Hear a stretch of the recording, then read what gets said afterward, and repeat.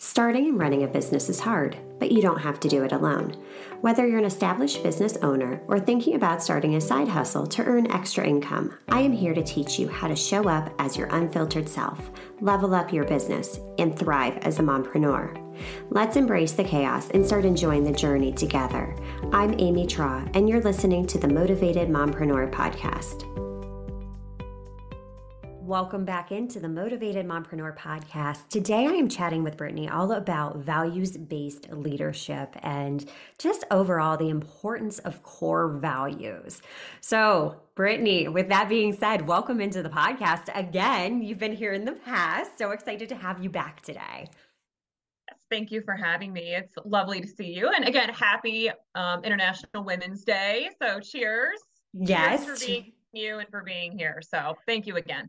Absolutely. And it's just supporting each other. It's surrounding yourself with just this network of women that get it, that are alongside you on the journey. That makes the load so much easier. So just always know if you're feeling lonely out there, reach out to a fellow mom. There are so many incredible women out here supporting you, championing you up, and cheering you on. So you are not alone in the journey, although it can feel lonely at times.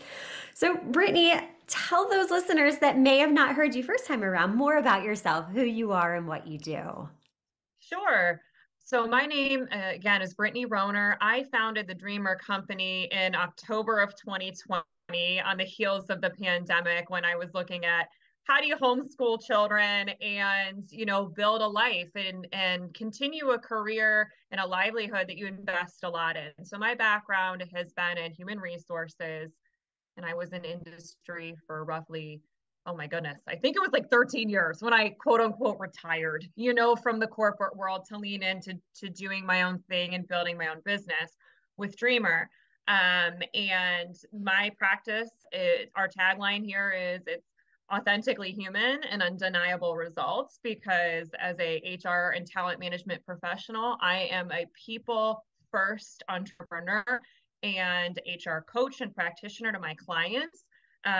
Bottom line, results matter. Of course, we have to pay our bills. Of course, we need to meet shareholder returns. Of course, we have to satisfy investors. There's no question. We have those commitments. But at the end of the day, the way you do that is by taking care of yourself and those around you and really getting on the foot of the ground with your teams, and focusing on, again, sort of their values. We're going to go there today, but ultimately their values and yours, and how that can translate into a successful and sustainable future. So yes, I'm excited. It's been a great ride. You know what I mean? No regrets about leaping into this journey. Right, exactly. And that's just it. When you've gone through the thick of it, if you're still in the middle of it, it can feel like a lot. It can be very tempting to just, you know what, this is too hard. But I'll tell you what, like I can attest to that it is so worth it. It is worth every single struggle, every single setback, every single pivot. Like it is so worth it. And like you said, building a successful and sustainable future. Mm-hmm. That's key, is the sustainable piece. And one of the ways we can do that is through values-based leadership. So can you tell us more? What does that mean? What does that phrase values-based leadership mean? So it tends to be very underrepresented, Amy. Excuse me, I should have had more coffee this morning. But the reason I say that is because even though I think we're all aware of it as people, I think in a business sense, in a more corporate or again, just an entrepreneurial environment, we don't always think about that.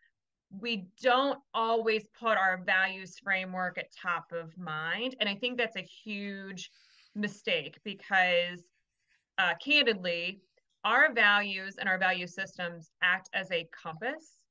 And like you just said, it's our why in many cases when we make decisions or we feel conflict or we are uncertain. There's typically an inherent values conflict that is at play, even if it's not known, right? So I'll give you an example. When I started my own business, one of the things that I wanted to do and one of my core values was I want to build a business that not only gives me the life that I want to have with my family, it gives me the personal joy and satisfaction of doing the work that I love the most with my clients.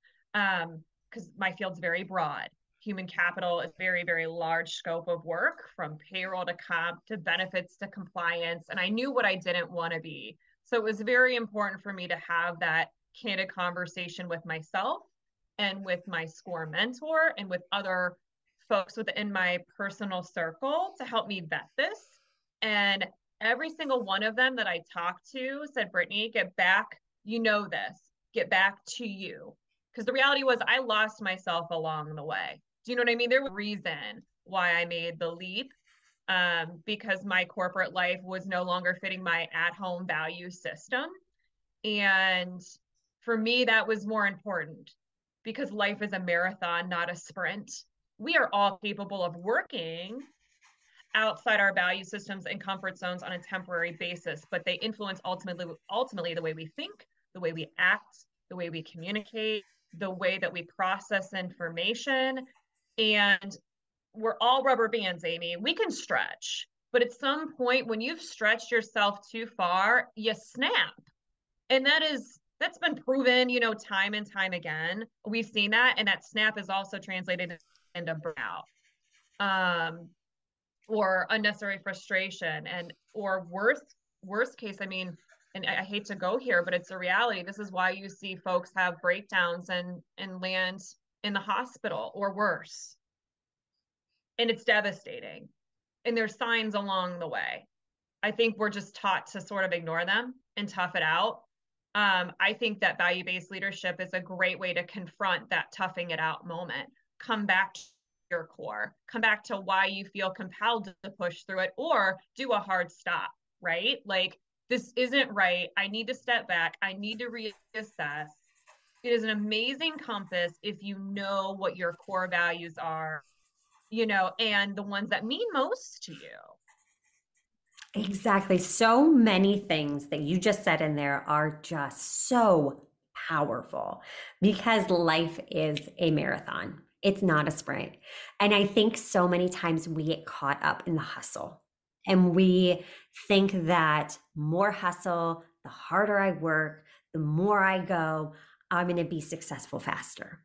Well, no. If everything's out of alignment, if you're working in a career that no longer serves you, if you're doing all of these things, going through the motions, you're going to miss your life. I mean, one day you'll wake up and go, what the Yes. heck just happened? My kids are graduating from high school and now they're in college. Now they're getting married. Now they're having their own families. I mean, it's crazy to me to look at my own kids and like, we hit double digits next year. I'm like, didn't you just come home from the hospital? Like, how did this happen? I mean, I reflect back in my career in healthcare. I was in that field for 16 years. It didn't feel like 16 years. I'm like, oh my gosh, like Yeah. what just happened? Like Yes. life flies by. And Right. we do. We just start going through the motions, but really getting back to you because that rubber Mm-hmm. band will snap. And I think most times it is because things are out of alignment. I know for Mm-hmm. me that was true. One Mm-hmm. day I just had to take that step back. For me, it was a pandemic that was the wake up call that I needed. And I'm like, what am I doing? I mean, really, Yes. we like to think as we're younger, as we're Mm-hmm. working, everything, one day we'll retire. One day I'll do this. Okay, one day I'll live. No, like nothing's guaranteed. So when I took What that are we hard, kicking the can for? right, Right? exactly. When Like, you what? actually Why? stop, right, and Mm-hmm. reassess, it is powerful. And that right Mm-hmm. there, if you get nothing else out of this episode, stop and reassess if what you're doing aligns with those core values that you have. Now, what advice can you give us to identify what those core values are? Because we hear a lot about it. I think sometimes we just don't know how to really put our finger on and identify what those are to us. Sure, absolutely. And um, words create worlds. And so if you can find the words, then you can shape your world a little differently. And there is a great tool available that's totally free. I've used it personally. I've used it with teams that I've worked with. I've used it with clients when I want to get to know my business partners to just get, because I want to understand, right? What's important for them. So when we do hit those pinch points or those tipping point moments, we have that appreciation for one another.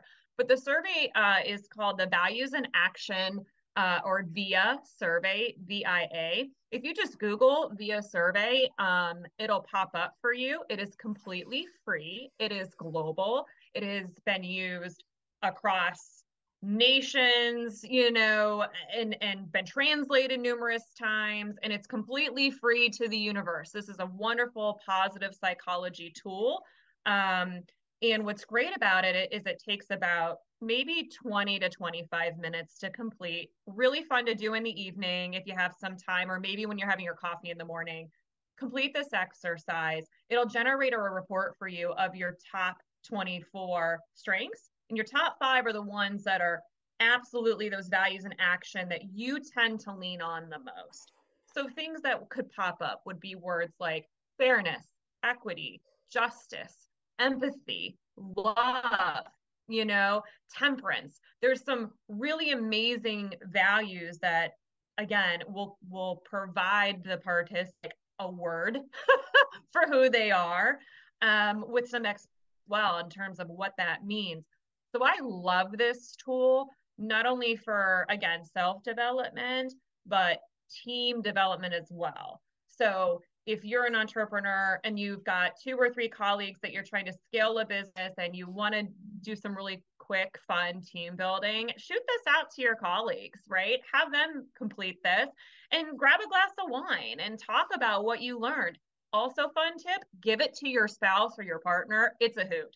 Just to sort of kind of compare and contrast where you're aligned and where you're different. And I think it's tremendous, because again, it's that knowledge and how you offset one another, or where you see the world the same way. And I'll give you an example, Amy. I did one of the team's values that I had in action in one of my prior lives was we did this experience with VIA. We all shared our results, and we found that more than half of us had humor. So when we had pinch point moments, tension, really tough topics, it wouldn't be uncommon for at least a good portion of us to find a way to crack a joke, break the ice, because that was important for our processing. Like as a team, we couldn't work in this highly tense, conflicting, environment. It was really important for us to sort of like crack a joke or share a meme or do something, just to lighten the mood, because that actually helped our brains work better. We were actually able to sit with that problem longer. So that's how values-based leadership can become really meaningful.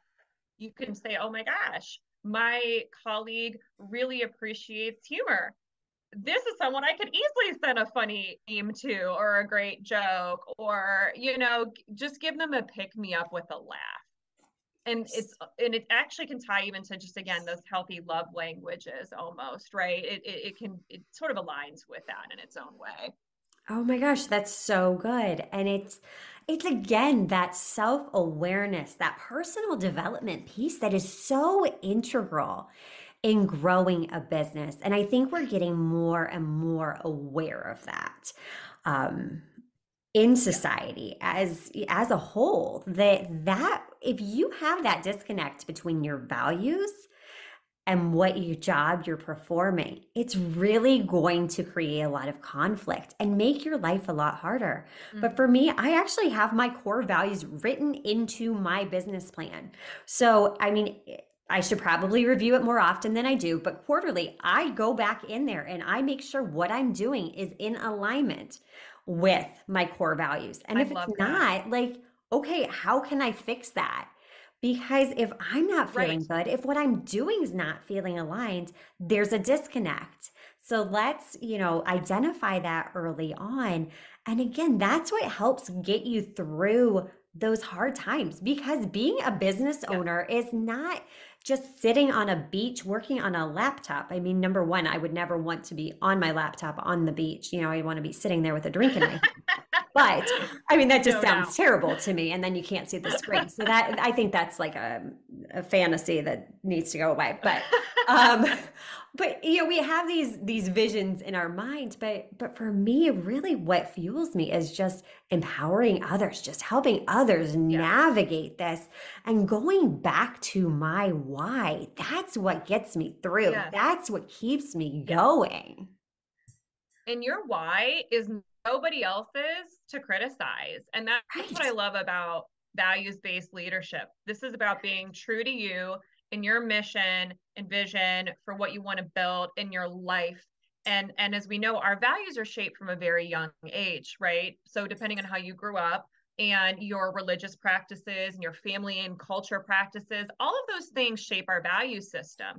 So to expect when you walk into any environment or even a client, right? If you're trying to grow your business, you're going to find that once you know these values, you can better select in or out of opportunities because there's an inherent fit, and it's okay. We're not made as business owners for every single client. That's not what it's about. It's about finding the clients and the work that aligns with who we are and what we want to do and actually where we can feel most successful. And even if there is conflict, because there always is, even if you feel like this is a perfect match, perfect client, perfect project, great lead in, whatever it is, right? Undoubtedly there's going to be a challenge. So when you understand again the compasses that you're both using when you evaluate a problem or a conflict, or it's not even a problem, sometimes unknowns, we just don't even know where we're going, or it's a problem that's sitting on all of our plates and there's no solution known yet. When you come to the table with your orientations visible and understood, you can appreciate that about one another and even again bounce that like, okay, great, I approach the world in a database point of view. You have a more perceptive or feeling, response. What does that mean? How do we need to look at both sides, right, of this challenge or, this initiative that we're trying to do together, right? Like, don't use values as a source of conflict, use them as a source of strength because, again, we're all different. So leaning into that rather than running away because, oh my gosh, Amy has a different perspective than I do, invite that in. Why does that shape you? Why does that, how can I learn from that? And why, that's what makes you you, right? That's what makes me. So we've seen a lot around if we're different, how it's a problem. I tend to look at values-based leadership as when we're different, that's our secret sauce. That's what makes that individual unique and powerful and a contributor. So how can I learn and appreciate that about this individual and capitalize on that, as a business owner or as a colleague to get the most out of out of this relationship or get the most out of them because I want to inspire and motivate, and values-based leadership does that. So if you're a business owner, you should be using this strategy developmentally with your people. There's no question. So, so good. And that right there, just knowing what your strengths are, what your weaknesses are, what you value, that's how you can really start to build a cohesive team, to have others to lean on that help bring you up where you're weak and that you can bring them up where they're weak. It just really feeds into the leadership dynamic and forming a team because again, it goes back to that little saying, there's no I in team. We all bring each other up together, and absolutely incredible information. I have gained so much from this. Brittany, where can we learn more about you? Well, I invite anyone listening today to follow me on Instagram at The Dreamer Co. My website is www.thedreamercompany.com. And dreamer is not spelled like traditional, it is DREMR, which are my son's initials because I put them at the heart of everything that I do. So they're at the heart of my company's name as well. So feel free to follow me on Instagram or LinkedIn, or as well as my website. And I would love the opportunity to connect with anyone or Amy talk about this further in any capacity. Because again, like we shared, we need each other. We need to lean on one another, and having these types of conversations to elevate and grow one another. I love that. So if anybody would love to reach out and connect, I would welcome it. Oh my gosh, so amazing. Thank you so much for taking the time out of your busy schedule to connect on International Women's Day today. Thank you so much for having me. It's been a pleasure as always. Absolutely. And until next time, stop dreaming and start taking messy action. You've got this. Are you loving what you're hearing? Do us a favor and hit that subscribe button so you don't miss an episode.